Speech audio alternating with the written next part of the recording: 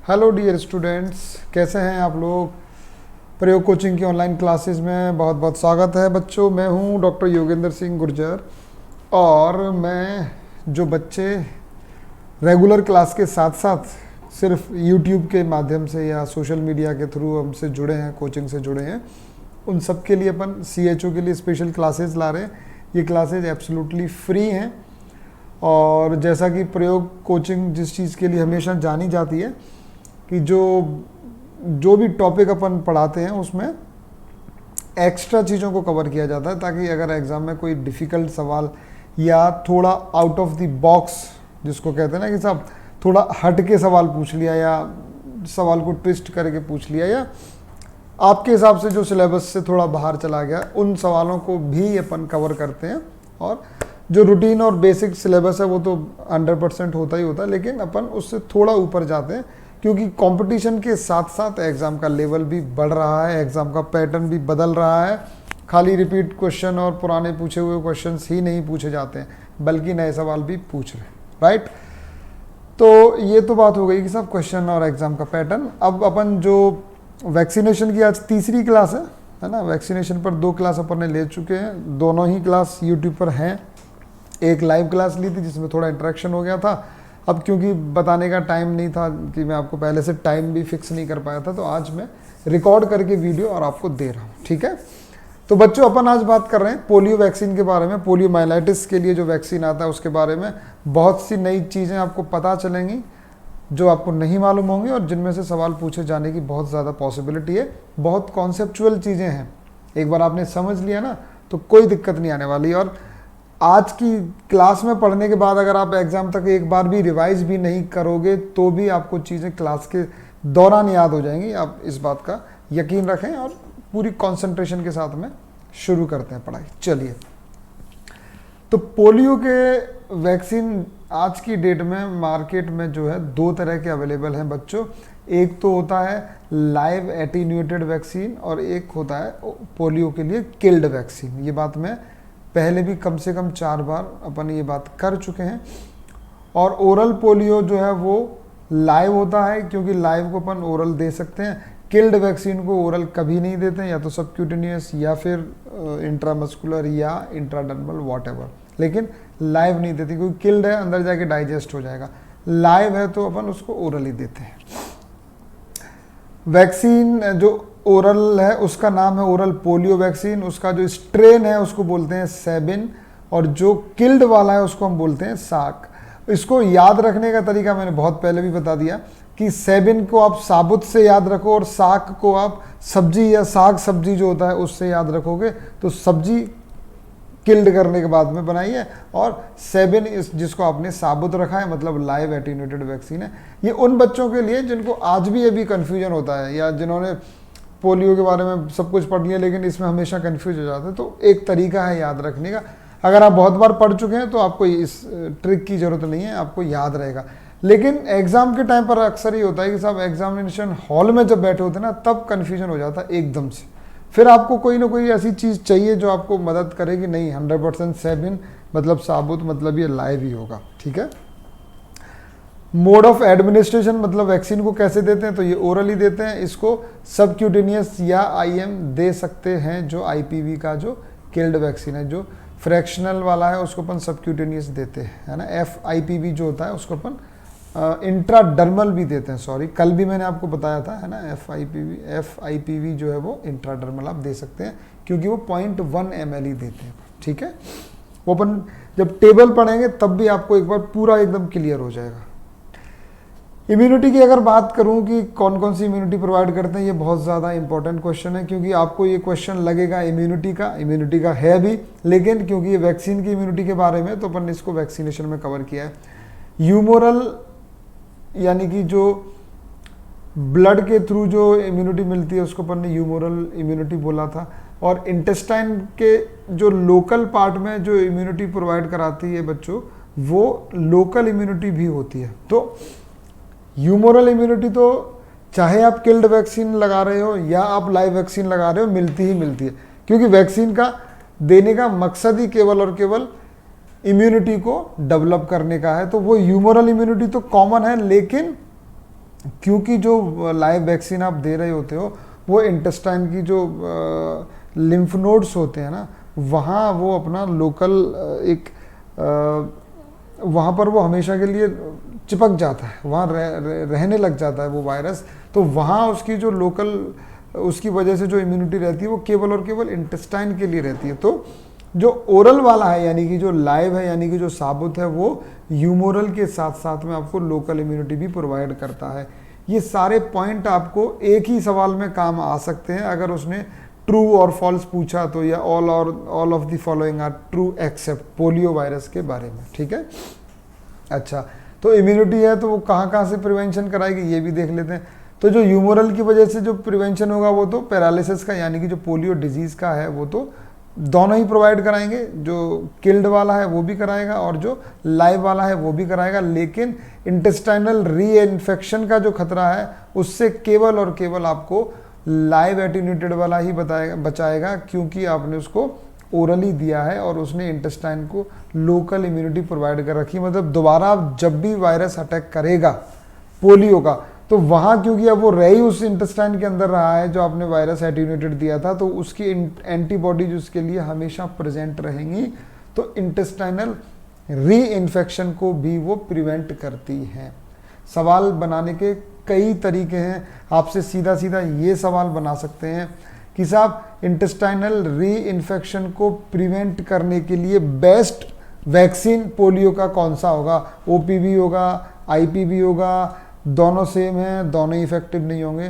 तो आपको मालूम होना चाहिए कि अगर इंटेस्टाइनल री इन्फेक्शन को रोकने की बात कर रहे हैं, इसका मतलब लोकल इम्यूनिटी चाहिए।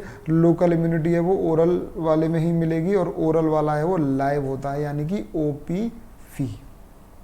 तो इनडायरेक्टली पूछ सकते हैं, घुमा के पूछ सकते हैं, लेकिन आपको बेसिक चीज़ें अगर मालूम है तो आप बहुत आसानी से बता दोगे कि साहब इस तरह से इसका आंसर हो जाएगा। एपिडेमिक्स के दौरान यानी कि जब ये बहुत लार्ज स्केल पर ये जब फैलने लगता है पोलियो की एपिडेमिक्स जब होने लगती है, उसमें आपको कौन सा वाला इस्तेमाल करना है ये सवाल भी सीधा सीधा पूछा जाएगा। तो उसमें ये जो है आपका ओपीवी वाला that is very effective. But ऐसी कंडीशन में जब एपिडेमिक फैल रहा हो, जो इनएक्टिवेटेड वाला है या आईपीवी है वो यूजफुल नहीं है।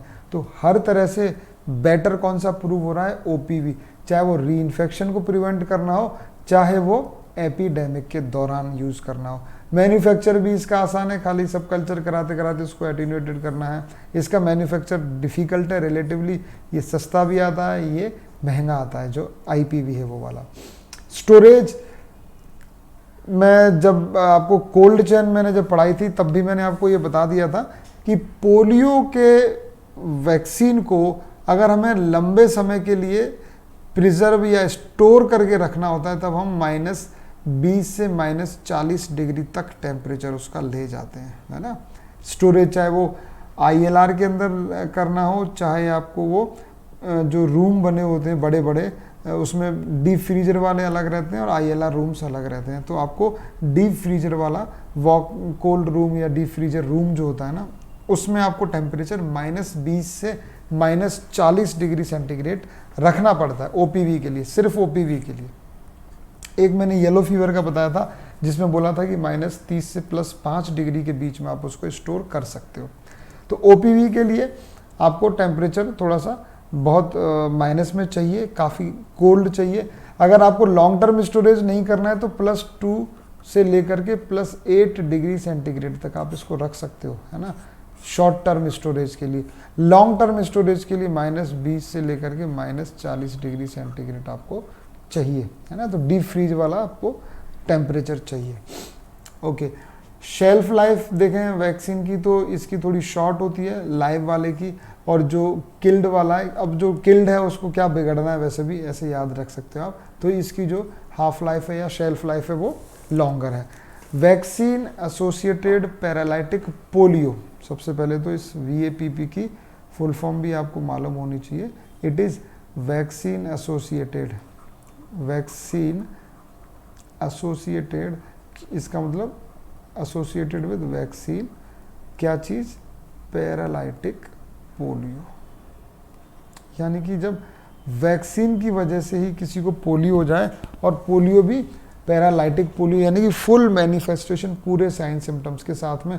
तो ऐसी संभावना या इंसिडेंस रेट अगर हम निकालें बच्चों तो ओरल पोलियो में ही होती है। मैंने आपको पहले भी जब जनरल रूल्स बताए थे वैक्सीनेशन के तब ये बात बताई थी कि पोलियो या कोई सा भी वैक्सीन हो, अगर लाइव वैक्सीन आप दे रहे हो तो उसमें सेफ्टी तो कम है क्योंकि वो लाइव एटीन्यूएटेड है, तो वो डिजीज या कोई कॉम्प्लिकेशन करने की पॉसिबिलिटी उसमें रहेगी, लेकिन उसका इम्यूनिटी जो है वो बहुत ज़्यादा अच्छी होगी या स्ट्रांग होगी। किल्ड वाले का अपन ने क्या बात करी थी कि उसका एडवांटेज क्या है, ये पूरी तरह से सेफ है ना, लेकिन उसका डिसएडवांटेज क्या था कि इसमें जो इम्यूनिटी होती है वो रिलेटिवली इतनी स्ट्रांग नहीं मिलती है जितनी कि लाइव वैक्सीन से मिलती है। तो यहाँ पर जो पोलियो का वैक्सीन का कॉम्प्लिकेशन है, वैक्सीन एसोसिएटेड पैरालाइटिक पोलियो, इसके इंसिडेंस पर सवाल आपसे पूछा जा सकता है बच्चों, इसलिए पूछा जा सकता है बिकॉज इट इज़ इम्पॉर्टेंट। तो ये 1 पर 2.7 मिलियन वैक्सीन, इसका मतलब क्या हुआ कि अगर आप 27 लाख, मतलब मिलियन का मतलब होता है 10 लाख, तो 2.7 मिलियन का मतलब 2.7 इंटू 10 लैक्स, इसका मतलब हो गया 27 लाख लोगों को वैक्सीन लगाओगे तो उनमें से एक को वैक्सीन एसोसिएटेड पैरालाइटिक पोलियो हो सकता है, इसका ये मतलब है। तो ये जो वैक्सीन एसोसिएटेड पैरालाइटिक पोलियो है, पहली बात तो किन में देखने को मिलेगा, केवल उनमें जिनमें आपने ओपीवी यानी कि लाइव वैक्सीन दिया है जिनको। दूसरी बात, अगर किल्ड वैक्सीन आप इस्तेमाल करते हो तो इस VAPP के कितने चांसेज हैं या कितने इंसिडेंट्स हैं, 0, कभी नहीं होता है क्योंकि वो किल्ड है ऑलरेडी, वो बीमारी नहीं कर सकता। लेकिन हाँ, उसमें थोड़ा सा इम्यूनिटी उतनी अच्छी नहीं मिलेगी जितनी कि आपको लाइव वैक्सीन से मिल रही थी। उसको एपिडेमिक में यूज नहीं कर सकते हैं। किल्ड वाले को, किल्ड वाला है वो केवल ह्यूमोरल इम्यूनिटी देगा आपको, और क्या बोलते हैं आपकी लोकल इम्यूनिटी वो नहीं देगा, राइट। चलिए अब थोड़ी थोड़ी बात कर लेते हैं इंडिविजुअली। अब पहले अपन IPV की बात करेंगे, फिर OPV की बात करेंगे। पोलियो का भी थोड़ा डिटेल, मैंने सिर्फ 3 या 4 वैक्सीन को डिटेल में पढ़ाने का डिसीजन है लिया है। कौन कौन से, पहला BCG और मीजल्स, ये 2 हम बात कर चुके हैं बच्चों। अब अपन बात कर रहे हैं पोलियो की। इसके अलावा अपन सिर्फ DPT के बारे में और थोड़ा सा डिटेल पढ़ेंगे।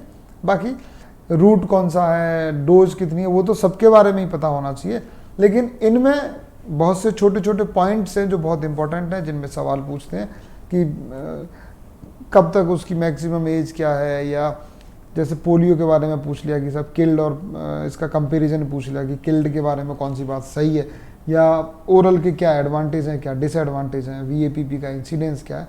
तो ये सारे सवाल बनते हैं, तो इसलिए अपन ने इनको थोड़ा डिटेल में डिस्कस किया है।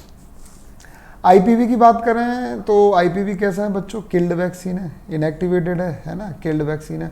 शेड्यूल अपन एक साथ जब पढ़ेंगे उसमें भी पढ़ लेंगे। तो जो शुरू की 3 डोज हैं 1 से 2 महीने के इंटरवल पर देते हैं। 1 महीना मिनिमम चाहिए, और 2 महीना देने का भी कोई एडवांटेज नहीं है, लेकिन हाँ 4 वीक्स या 1 मंथ का इंटरवल तो चाहिए तीनों डोज के बीच में। उसके अलावा 4th डोज 6 से 12 महीने बाद देते हैं, जो लास्ट डोज होती है उसके, ठीक है।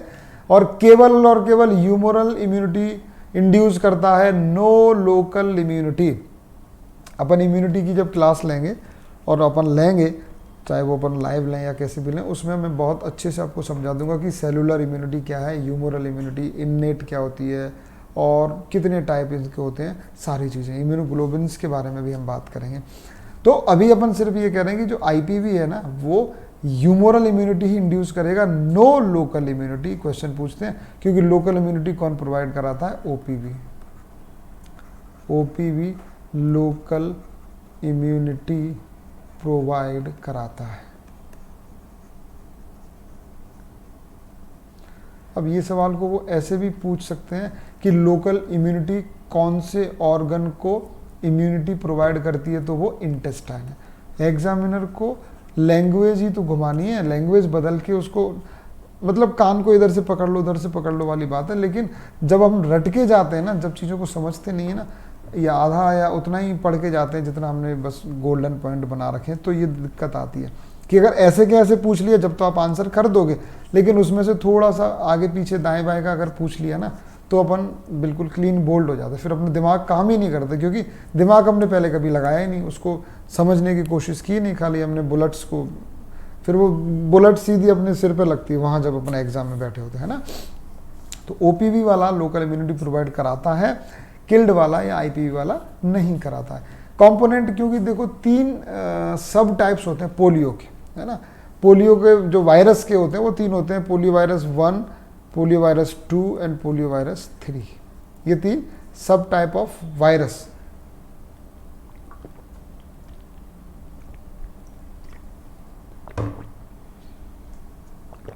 वायरस ही 3 तरह के होते हैं।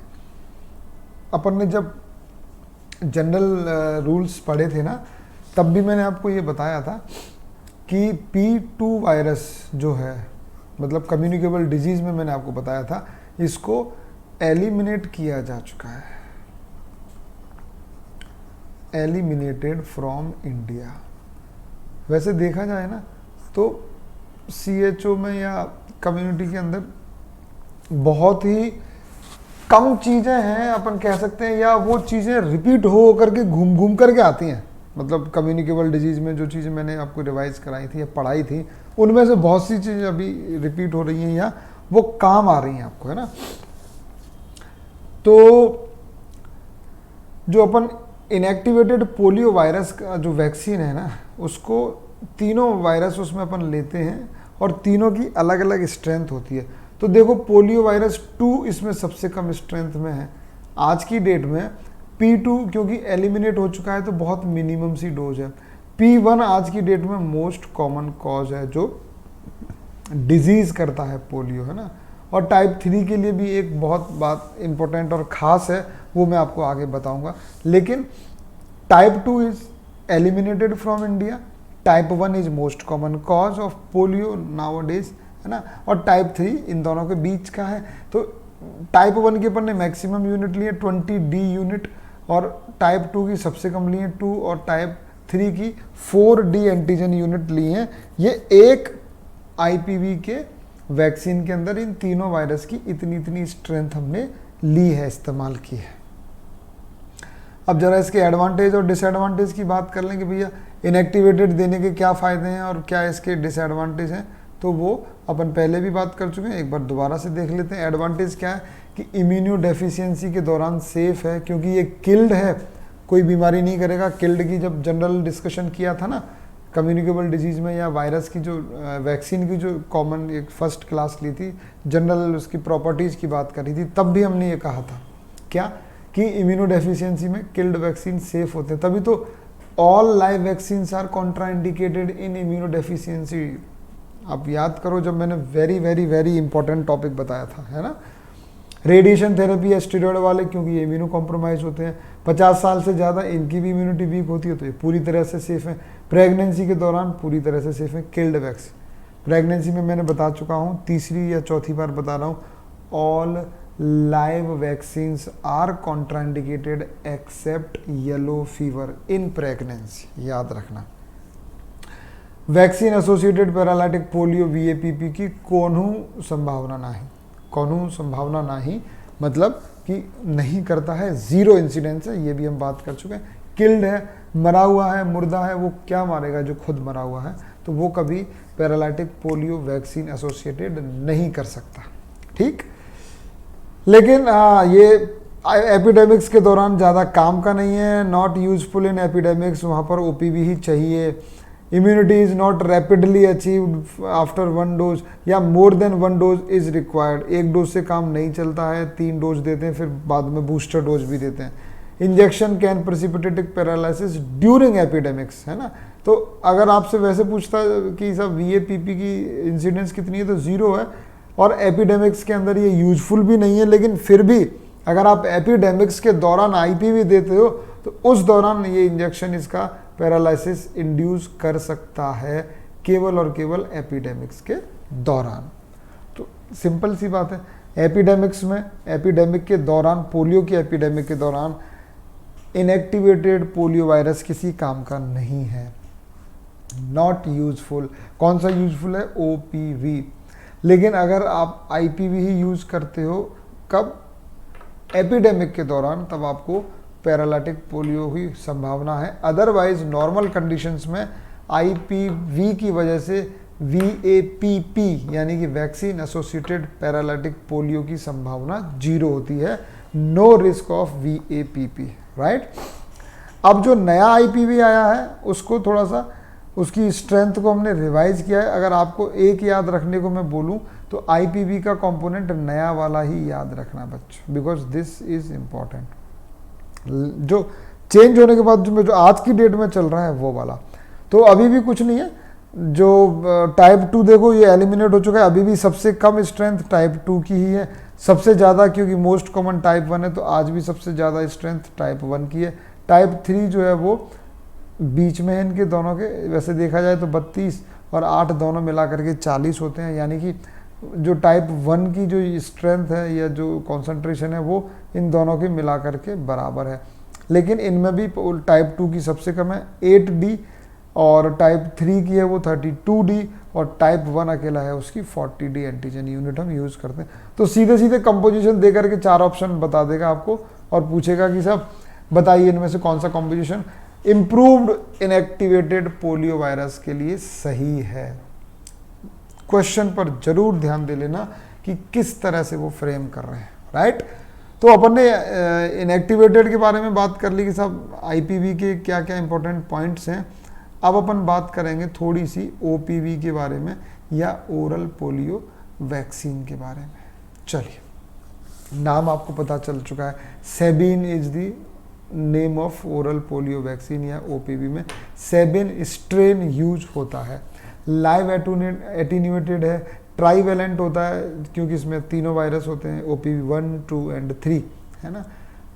तीनों strain contain 3 strain of polio virus. ये सिंपल इतना ही पूछ लेंगे आपसे तो CHO में कि साहब पोलियो के कितने स्ट्रेन होते हैं या कितने सब टाइप होते हैं पोलियो वायरस के, तो वो भी 3 होते हैं, और वैक्सीन के अंदर तीनों के तीनों को इंक्लूड किया जाता है। शेड्यूल अपन जब सबका पढ़ेंगे तब इसका भी पढ़ेंगे। वैसे 6, 10, 14 जो वीक पर लगते हैं उनमें तीनों में 3 डोज चली जाती हैं, और बूस्टर है वो 16 से 24 महीने में आपको बूस्टर डोज पोलियो की देनी है OPV की।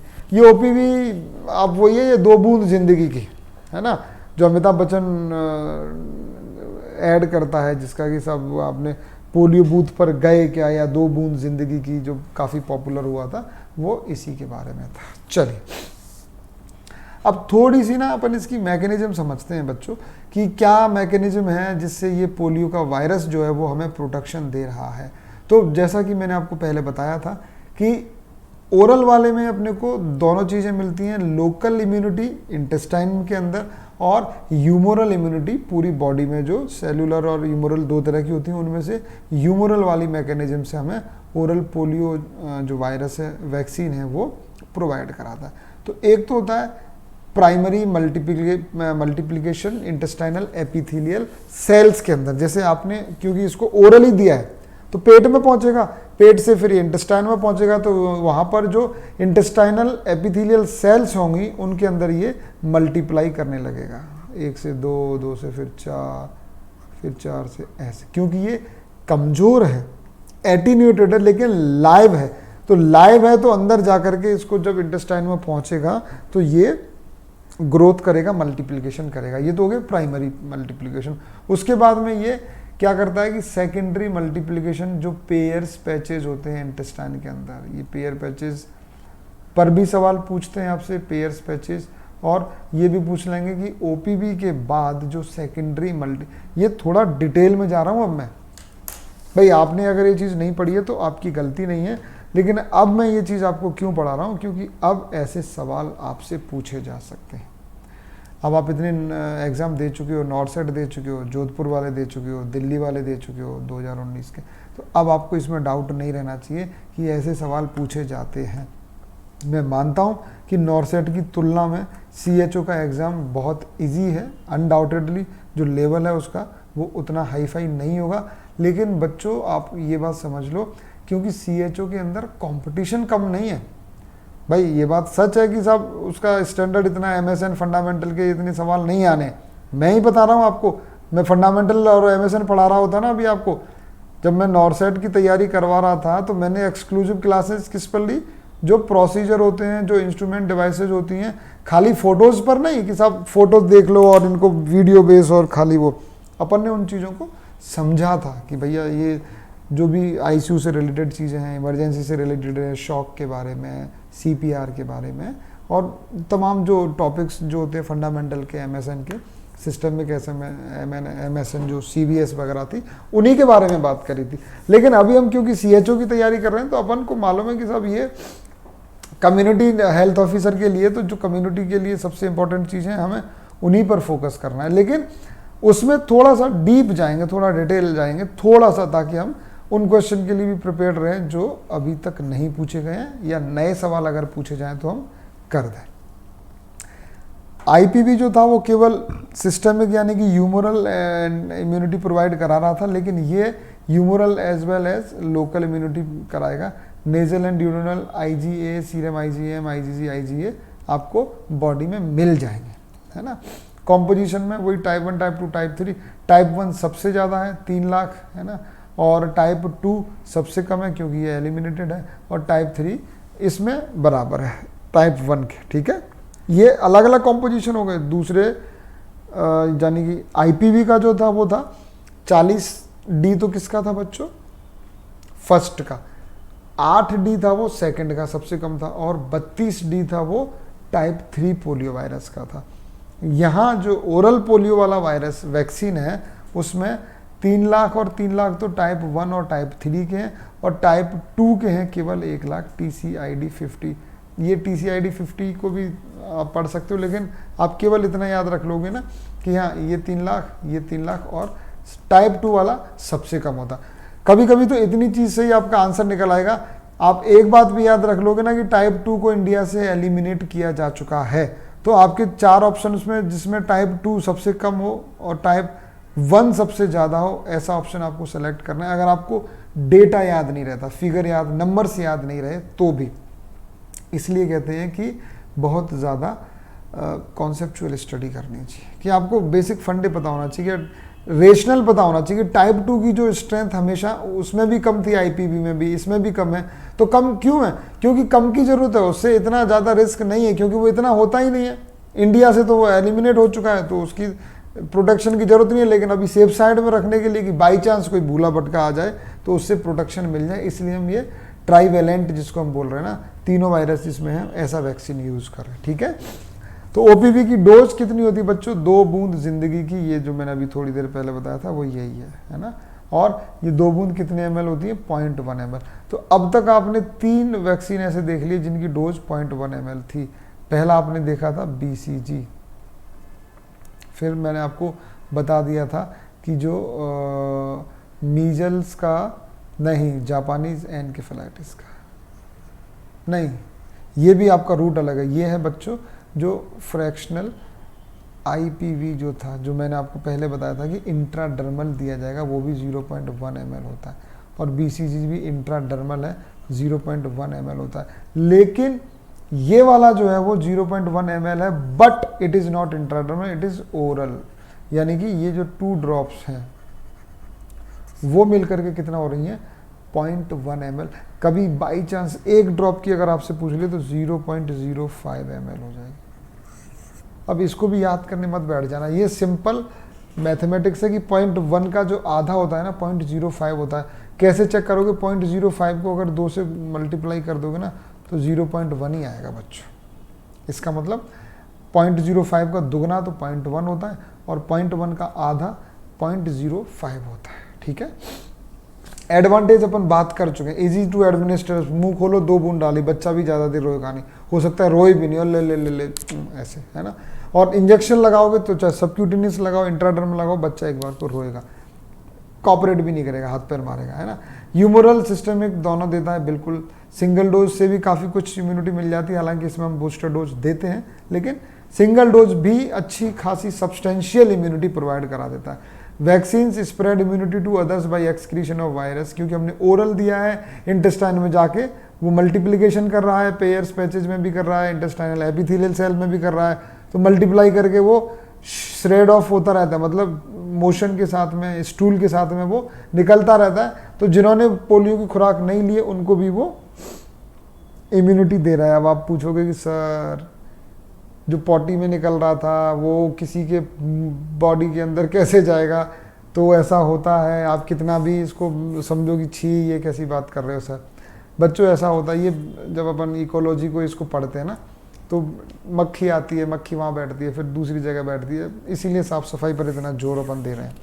हालांकि ये इसका मतलब ये नहीं कि हमें गंदगी रखनी चाहिए और हाथ नहीं धोने चाहिए ताकि हमें पोलियो से इम्यूनिटी मिल जाए, कोई इस बात को मत ऐसे समझ लेना। लेकिन कुछ हद तक, एक स्मॉल एक्सटेंट तक हमें वो वायरस की वजह से जो इम्यूनिटी है वो बाकी लोगों में, कम्युनिटी में वो एक्सटेंड होती है because of excretion of virus.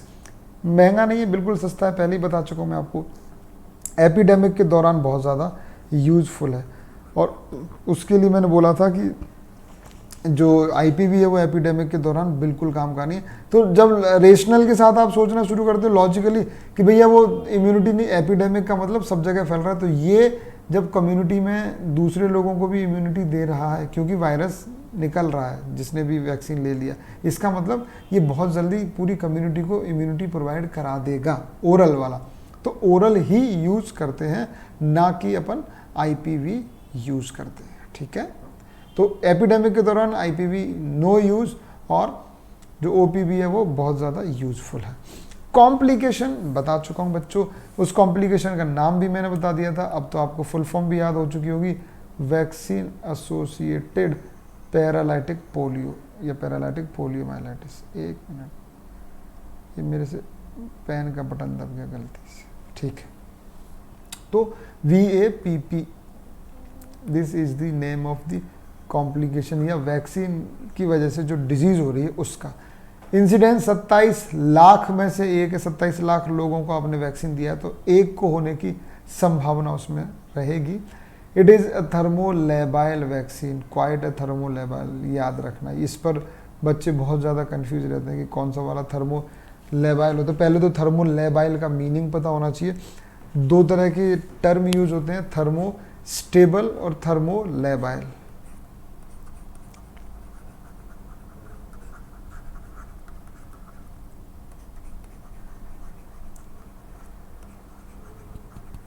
इन नाम से भी पता चला, देखो थर्मो का मतलब टेम्परेचर से है, लेबाइल का मतलब प्रोन या उससे अफेक्ट होने वाला है, स्टेबल का मतलब कि टेम्परेचर का जिस पर कोई असर नहीं होगा।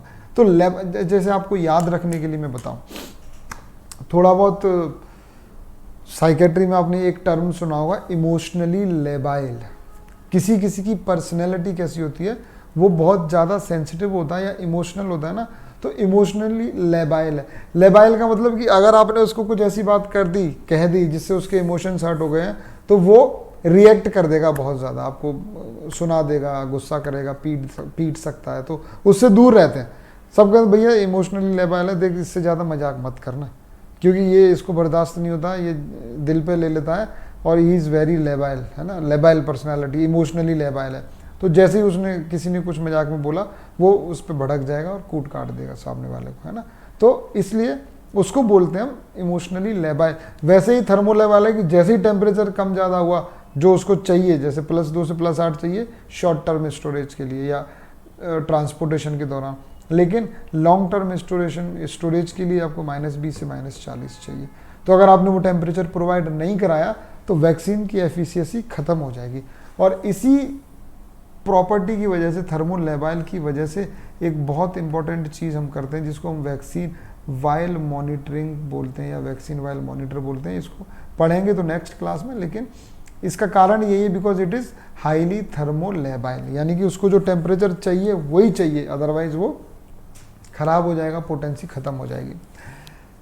और इसको बार बार फ्रीज और थॉ नहीं करना चाहिए। थॉइंग का मतलब होता है बच्चों किसी डीप फ्रीज चीज़ को वापस से नॉर्मल टेम्परेचर पर लाना, लेकिन बहुत ग्रेजुअली, और उसको वापस से लिक्विड फॉर्म में लाना। जैसे जो प्लाज्मा होता है ना, FFP, उस प्लाज्मा को भी पहले डीप फ्रीज करके रखते हैं, फिर थॉइंग प्रोसेस के बाद उसको ट्रांसफ्यूज करने लायक बनाते हैं।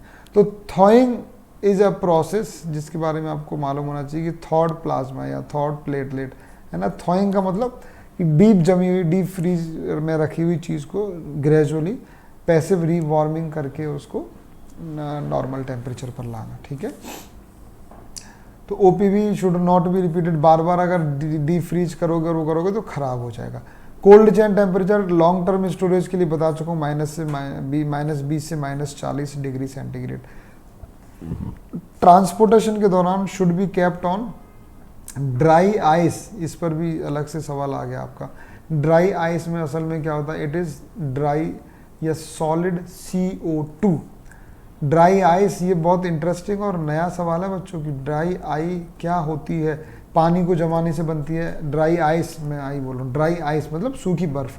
तो ये ड्राई क्यों, क्योंकि पानी से नहीं बनी, पानी से बनी होती तो वो पिघलने पर पानी बनाती, लेकिन ड्राई आइस क्या होती है, ये सॉलिडिफाइड CO2 कार्बन डाइऑक्साइड होती है। CO2 को, गैस को सॉलिड फॉर्म में लेने के बाद में क्या बनेगा आपके पास में, ड्राई आइस, सूखी बर्फ, ठीक है। ये है क्या, ये फ्रीजिंग मिक्सचर है wet ice plus ammonium chloride का, उससे ये CO2 बनाता है और ड्राई आइस बन जाती है।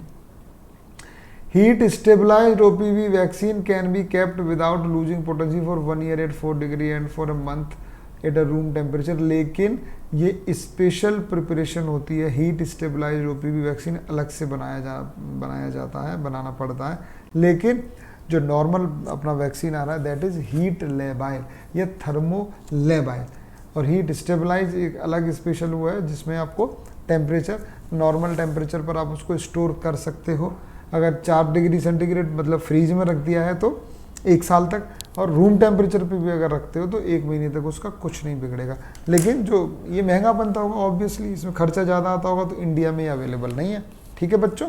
तो पोलियो के बारे में काफ़ी नई और इम्पोर्टेंट चीज़ें मैंने आपको बता दी हैं, और इनकी क्वेश्चन की प्रैक्टिस अपन इसका पूरा वैक्सीन का ये सीरीज़ ख़त्म होने के बाद में क्वेश्चन आंसर की प्रैक्टिस करेंगे। तो मैं आपको बताऊंगा कि अच्छे सवाल क्या क्या बनते हैं, क्या क्या बन सकते हैं, आपसे पूछे जा सकते हैं। नेक्स्ट क्लास में वैक्सीन वाइल मॉनिटर और एक वैक्सीन जो और बचेगा उसको भी अपन कवर करेंगे। Thank you so much guys.